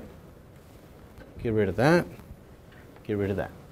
All right. So there's some firewalls that, and you brought it up to when I was talking to you. You were saying, "Well, Jay, Mr. Smarty Pants, FTP isn't 20. FTP is 20 and 21, right?" So there's some firewalls that will actually let you do, instead of just one single port, they will say 20 through 21, which is 20 through 20. 20 through 21, which gives you a range. Okay, so let's say you had some kind of complex system that did need maybe 100 different ports that it was using. Then you could do that whole range of ports instead of doing, one rule at a time for every single computer at a time. Okay. Now there's other firewalls that will allow you to do a service name. Like they have presets built into them. They're smart. And if you told it, hey, just do FTP traffic, and it's smart enough to say, oh, you mean 20 and 21. Okay. There are some firewalls that have that capability. Okay, which no, this is something else. It's part of the presets, but we're going to talk about presets in a little bit. Okay. We talked about direction, inbound, outbound, which it adds a whole nother level of external, internal. Okay, because external, internal means this. External, internal means, is it going to cross the firewall from LAN to WAN? That means what? External rule. Is it going to stay within the LAN? That's internal. But if you look at them, each one of them has an arrow pointing both ways. Okay? That's your inbound, outbound. Because you can have an external rule that is inbound only. Okay? And then you can have an external rule that is outbound only. Okay? So it whole new level, just right? Whole new level of complexity. Okay? I didn't want to quite get into that just yet. But there is a directional connection saying, I'm going to allow FTP traffic externally, but outbound only. Okay? People can load stuff to FTP servers, but nobody can load stuff into this FTP server. Okay? There's some of them, and let's just go from top to bottom. There's some of them that do logging. Logging is where it doesn't do any rules, it just keeps track of everything, saying, and these are really good firewalls because they'll tell you, hey, at 5 p.m. or 5 a.m., that's more appropriate, at 5 a.m., you had 37 denies to your FTP server. It's like, oh, somebody's trying to hack, okay? You maybe set up a rule to email you, okay? Logging is good. You can start seeing when things are failing, when things are working, or so on. They don't do anything but log it. Log every single attempt, access, success, or failure, okay? There's people that are security admins, they're security analysts, that they just stare and stare at logs and logs and logs of firewalls, saying, okay, this had access, this had denies, and then they start making sense. They're like, oh, you know what? I see a vulnerability here, okay? All right, there's time-based. Maybe you don't want anybody to be able to access the internet from 9 to 5, but you know, after 5 p.m., oh, go ahead and open up port 80. You know, woohoo, everybody on Facebook. So they're time-based, they're date-based, or so on, okay? Interfaces, so we talked a little bit about interfaces when we're saying, you know, when we just simply said the whole LAN, the whole WAN, right? Because in a firewall, you'll actually have a port where you connect the internet and another port where you connect your local computers. There's some of them that will say only that one port, which now we're talking about VLAN, saying everybody in this one port has access to the WAN, but everybody on these 4 ports, no access. There's some firewalls that are computer-based, that they are actually in your computer. They're a computer program. And if your computer has 2 NICs on it, 2 network connections, you can say, block this, allow that. Block internet on this, but allow internet on that. Okay, it starts getting very, very granular with its rules. Okay? There's some very high-end firewalls that have users with actually passwords and so on. So it blocks everybody, but if you, the IT admin, walk in and you want to get on the internet, a little password thing pops up like, oh, this is me. I can get through the firewall. Okay? There's MAC addresses, which whole nother level, okay, of security, because we were talking about earlier, DHCP, maybe your IP address change, okay, where you can say, well, my laptop, the MAC address ain't going to change.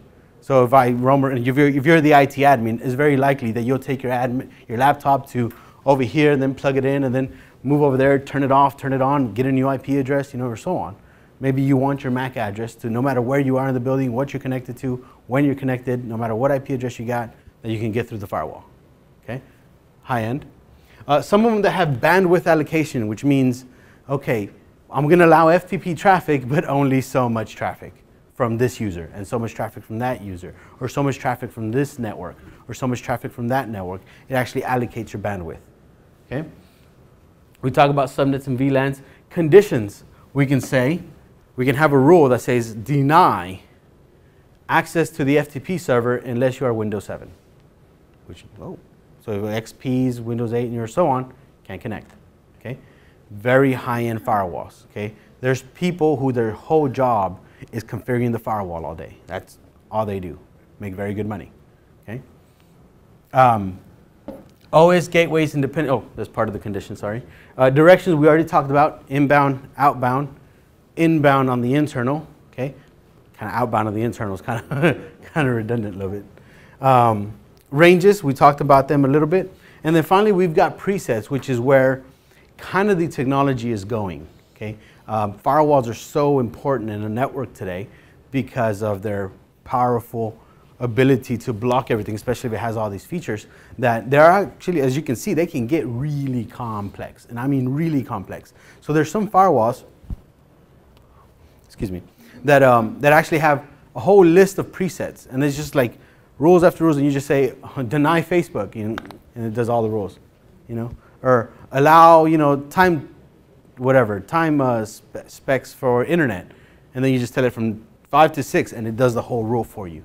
Okay, it already knows the internet's 80. It already says from the internal to external, and so on.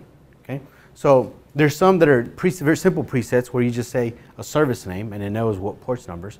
But then there's actually presets where it has all the rule written out, and all you do is just enter a little bit of information, and that's it.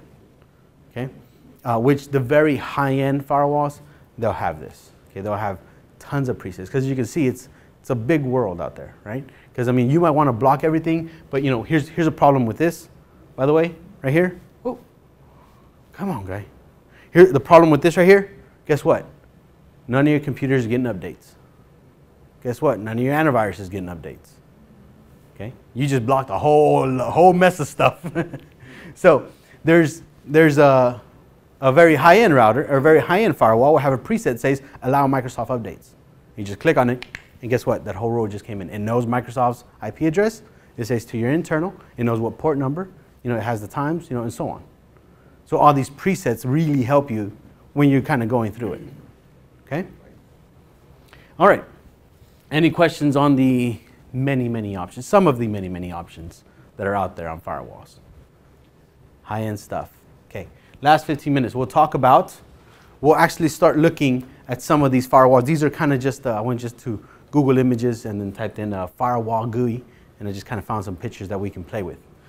So here's as you can see, it's a very simple, it looks like a Linux firewall that has been set up. A lot of the firewalls will be a lot like routers where they have a web IP. You know, you type in the address of your firewall, and then the web address, the thing pops up on the web browser. Okay. Now this one looks very simple, and you notice, first thing you notice that there's no numbers. Okay. This one is, it's very simple. Just if it's on top, it takes precedence, right? If it's on the bottom, it's the last row to run. Okay. So you see these little arrows. If you click this, guess what's going to happen? It's going to move it up one. Man, that would be horrible if you had to move the bottom one all the way to the top one. Like click, click, click, click, click, click, click, click, click, click, click, click, one at a time, right? So this is how you can tell that it's a much cheaper firewall. But I want us to get, the first one we look at, I want it to be very simple, straightforward, okay, which is why I picked this one. Second thing you see is that it has a name. Each row actually has a name. The person that set this up, they could choose to call it whatever they wanted, and that is just so that they can just say, oh, look, this has to do with this has to do with Josh Paulson's SMTP setup. So he don't have to try to read the whole row and figure out what it's for. Okay, he can just read his little notes over here, which are funny because there's FTP block, FTP block. We'll look at them in a minute. All right. So then, anything else different? Okay. No, everything's pretty much the same. Oh, this one's pretty cool. It has a MAC address, which he's not even using, dummy. Okay. Oh, and it has port ranges. Okay. Last thing, awesome. It does CIDRs. What? That's subnets. Okay. All right. So let's go ahead and look at this. So I did look at this yesterday, last night actually, and I started kind of trying to draw it out. So let's start. When I look at this, this is how I drew it last night. I drew the little firewall right here, okay? And then, obviously, we're going to have some kind of internet, which I decided to change it to big internet, to literal internet. Okay, so guess what? That's our. Okay, and then we're going to have a LAN. And if I look at this, if I just look at this IP addresses, 192.168.1.1.1.1, I see that he has a single network of 192.168.1.0/24, which means 1 through 254, right? Inside this network, he has what? He has .20. That's a computer of some kind or a server. Oh. .20, that's a computer. .101. 21. .102. .137. 177. 77.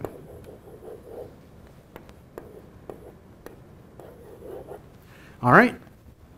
So this is his little network here, right, which is connected to the firewall. And then if we look at, and you see this is the LAN side, right? So we have then our WAN side, okay?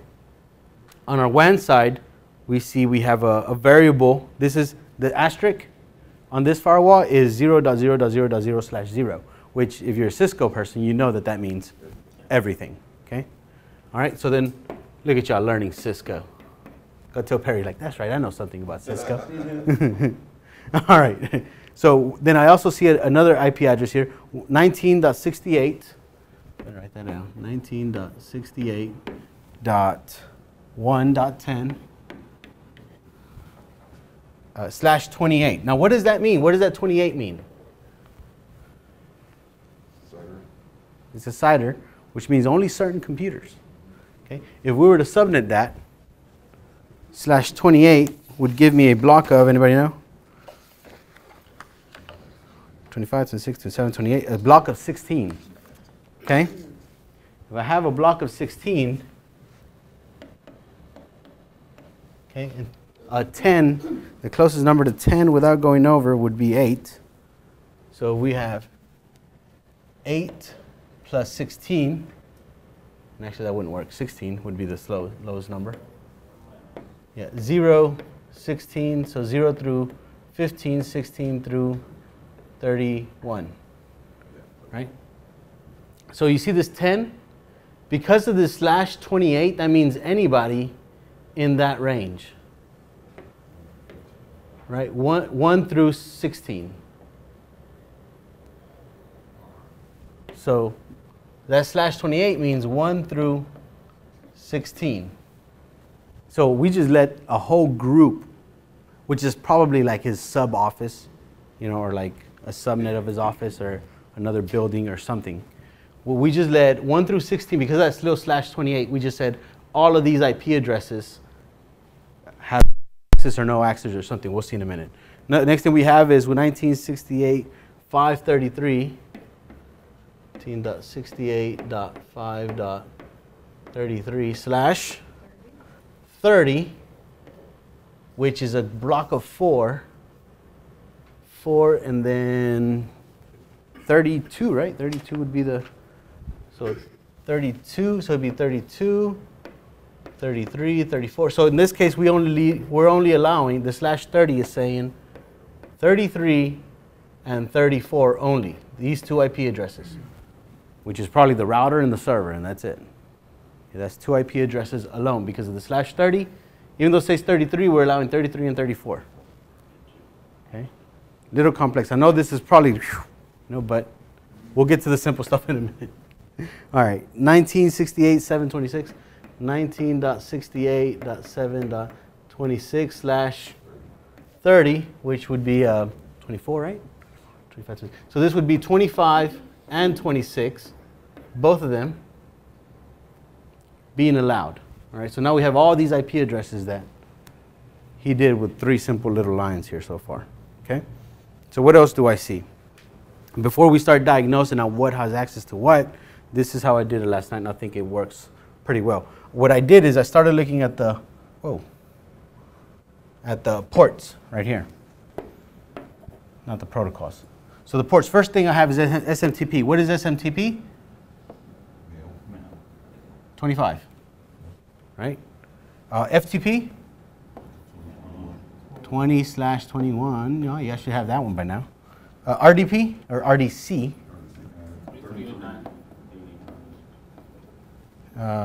HTTPS and same thing. So then we have a blanks here, so we'll do the asterisk. So now here, you can look at it, is your freeway. And there's the different lanes that internet traffic can take. Okay? All right. So we'll start off with the denies. Deny.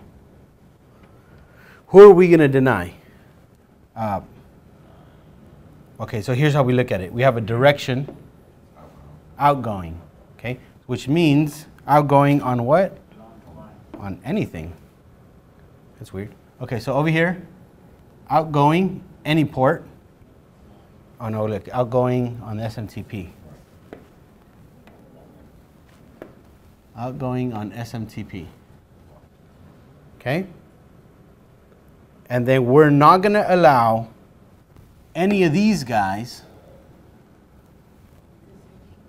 to send emails to anybody, right? Is to anybody or to outside? To anybody outside. Okay? Next deny. We done here? So we have FTP inbound. Okay, so where's FTP? FTP, yeah, FTP. Inbound FTP. So .1.21, which is this guy right here. From who? From anyone. So nobody can FTP in. This is probably their FTP server. We'll make an educated guess there. This is their FTP server. Look at that. We're already going to hack their system. We know their IP address. All right. What's next? Next deny. .102 RDP 3389. 102. This is inbound. So 102. 102. Okay. From where? From anybody. Okay. See how it's working? All right.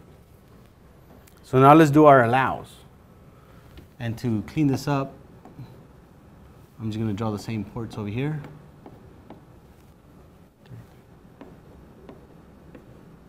That's 3389, trust me. All right, so here's the other freeway. But this freeway is going to be the allow freeway. Okay. All right, so the allow freeway is going to be what? We'll do that in green. Let's start at the top. So allow, oh, both ways. SMTP, so both ways. 220, right here. I'm going to take another educated guess and say that this is their mail server, right? It's a pretty educated guess. Okay. To who? To anybody. So they're probably emailing out, right? And I guess people who are remote are coming in to email out. Because that's how it works, in case you didn't know. If you have your own mail server, you might have like somebody on the internet at their house that is using your mail server. So they actually have to come into your mail server to go back out. It's kind of silly, but that's the way it works. Okay, so that's why he has an inbound outbound. Or she, it could be a she. There you go. All right. So then next one, SMTP, and you see you put mail. Next one's SMTP out, which is the 20, is the same server. I know this is a small company. If there's a big company, their SMTP server would be a different IP address. All right, so this is an outbound rule on 20. So, 25, sorry. From 20, so from 20 to here, okay, out to anyone. Oh, so we already have that right there, right? So, yeah, we have it again. So there, anybody can go out. That's kind of redundant. Yeah, the next one is on any port. Now you hear it 'cause the other one Oh, I is see. in. I see what happened here. This is the issue right here. His issue, the reason he had to do that is because he didn't put SMTP right here. The direction of the firewall. But you see, the top direction is both ways, which covers that. So he should have put 25 to 25 because the way the remember the directional inbound outbound? Yes. You could come in through one port number and go out through the other. That's the same port number. But he doesn't have it up here. Right. So if he would have or she would have simply put that up here, SMTP up here, he wouldn't need this line. Okay? If it would have been SMTP and then SMTP here, that would have covered everything. Okay? Yeah, but isn't that port SMTP port covered 1 through 6,000? Yeah, which, I mean, it should work. I don't know why they put it in there. It's just, Well, it's allowing outbound traffic on any port to something else. So it's not, the first rule is allowing only on port 25 out. The second rule is allowing any port out to is it doing anything? It's not. Yeah, it's going back. It is?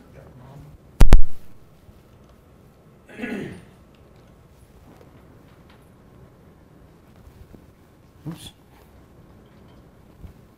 Do. No, it's not? Oh, well. Here, we'll just do this. This is the screw up. Okay. And he should have just put SMTP here. In both arrows, right? Both arrows. Well, it's already both arrows. Well,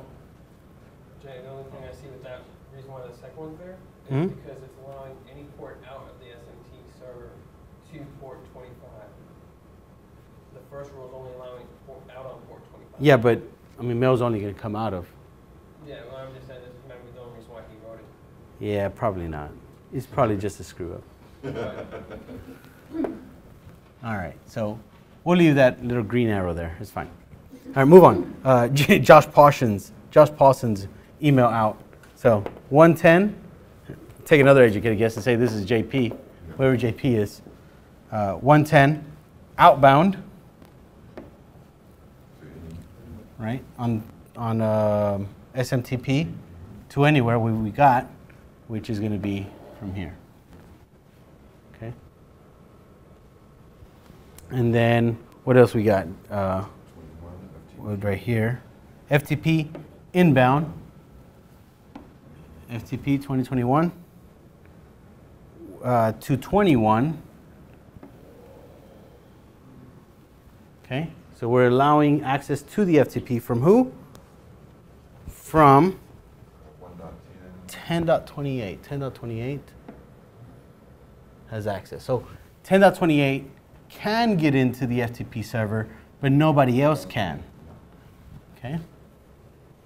And then another input, and I'm sure it's going to be FTP. Yeah, FTP server in from 3330 in. And I'm sure it's going to the FTP. Yep, FTP, same thing. So if it goes in here soon because of the prior rules, that it will also go out. Whatever they're sending will go out. Well, I mean, I could draw a whole nother line, but I'm No, just no, I'm just trying to saying, keep. but that's the case. Is that correct? Each line is allowing a different IP address in. But I'm saying if they're sending in because of one of the other rules somewhere, we assume that it's also going out. Mm-mm. Well, Okay. in this, because No. those, the ones we're looking at now, the FTP, they're not mail. See, these are all coming in only. See the FTP right here? It's only incoming, and that's it. Oh, I'm looking at the wrong one. You're Oh, right. the It's not SMT? mail. Right. I was thinking mail. You're right. Mail, yeah, mail's coming out. Outbound. This is kind of silly. He shouldn't have named this block because it's an allow. This should have been access, right? And that should have been access. All right, so we're down here. Another inbound. RDP this time. RDP, there it is. 102. 102, which is Peter. Let me tell you why this is bad networking, because you could just pick up the phone and say, hey, Peter, I know you're a computer 102, but I need you to do something for me real quick. I'm from IT. We're having an issue. I need you to help me. And Peter's just like, oh, he knows my name. He knows my computer. He must be legit. Okay. That's why you become a real nerd and give them superhero names. Like instead of calling Peter, call it like, Captain America or something. And then Wolverine or so on. All right, so Peter, access in from where? From 7.26.30 from here? Oh, it's okay. Oh wait, see if it works. Undo, yeah, it worked, okay. So Peter, access in to remote desktop to Peter's computer. And then the last one here is inbound, outbound on HTTPS. So 443.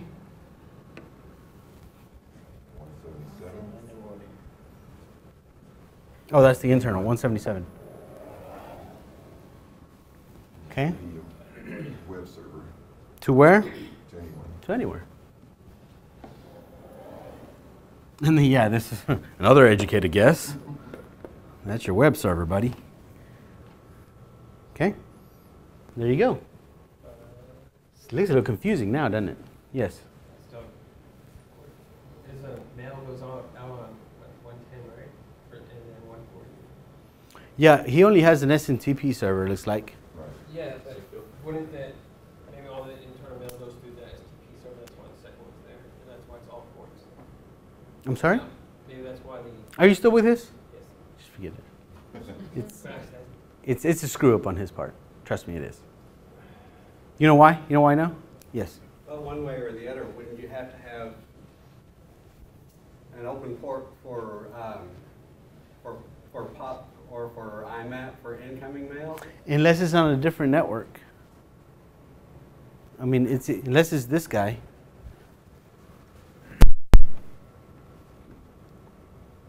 See, this is what I'm looking at, SMTP. Now, if that was POP or IMAP, but no, because then this would say POP or IMAP. So how are any of these users going to be able to get incoming mail? He's not a very good network person.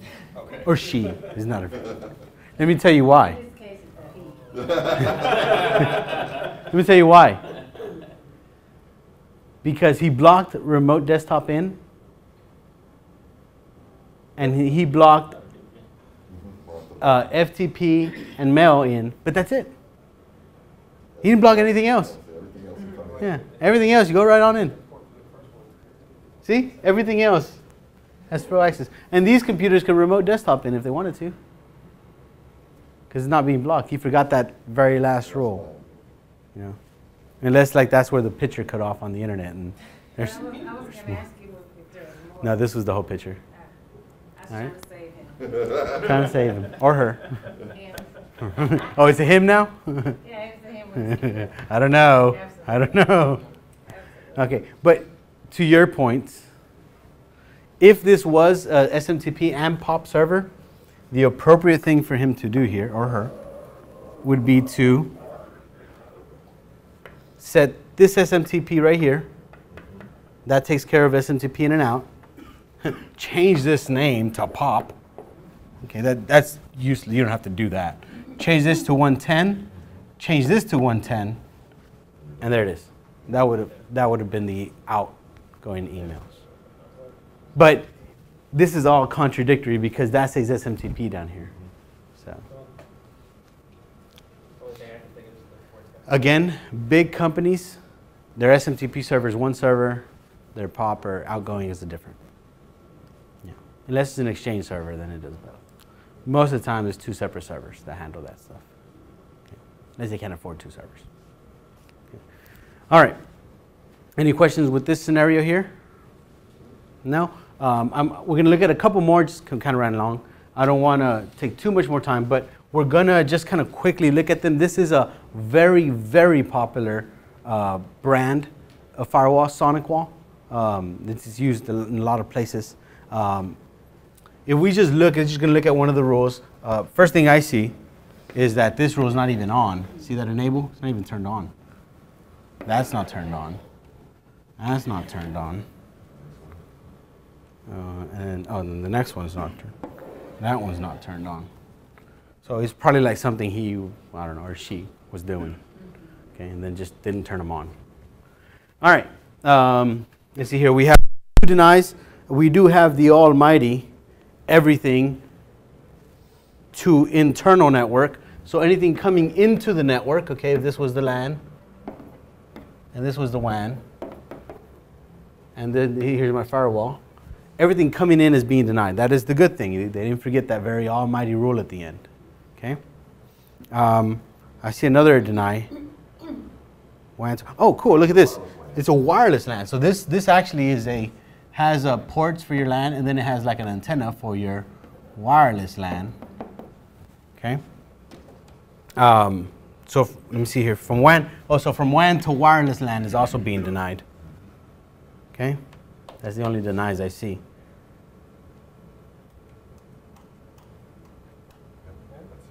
Yeah. This should have been another deny right here. This right here. If you would have turned that on and did this as a, where'd it go? A deny, that would have been a good one. Because that would have said one wireless computer can't talk to another wireless computer, which is high-end security. Okay? That's the hackers that won't like come and sit at your desk and say like, just give me a minute. And, you know, they'll park outside and on their wireless laptop trying to get into your network. Okay? Because you can't even see them, or in the closet. You've seen the spy movies, right? Like they're like hanging in the ceiling, right? All right, so that would have been a good one there, to deny one wireless user talking to any other wireless user. Okay? Or the wireless LAN. Here's one that a lot of companies do, wireless LAN talking to the LAN. They don't allow that. If you're on the LAN, you're on the LAN. If you're on the wireless, you're an outcast. All right, so we see a couple of servers. We see 443s and 80 there, so they have some kind of web server, okay? It looks like they're probably getting ready to do some kind of key exchange up here, but they don't have that rule turned on. Well, actually, that's all they have, just the web server, and that's it, okay? If you look at it over here, this is kind of the way you can set it up. It has VPN, remember we were talking about users? You have users, we have a log, awesome. The wizards, guess what the wizard does? Presets. Okay, you just type in, I want to, this right here, there were probably presets that he just clicked on. It's like, do you want to deny access to your wireless LAN? Like, yeah, and they probably put it in there for him. Okay. I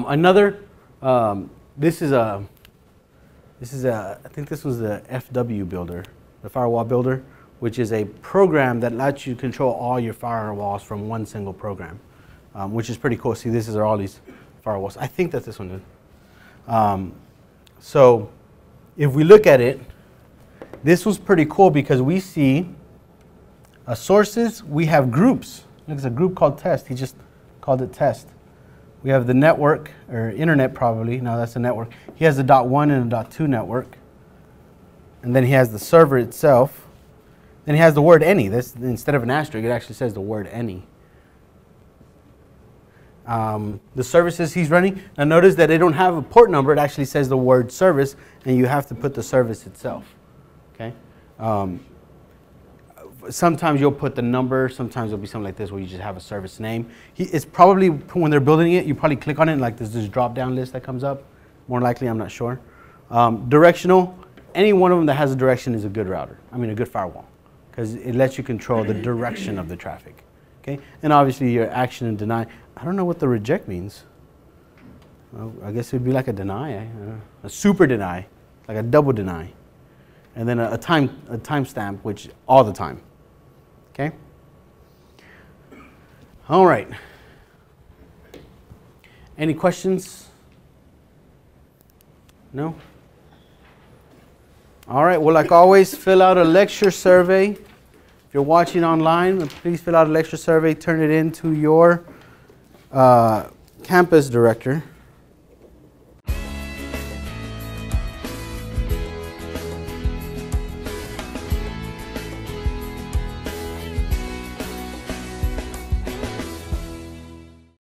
Your comments and subscriptions help us bring you more of these great videos. Thanks for watching.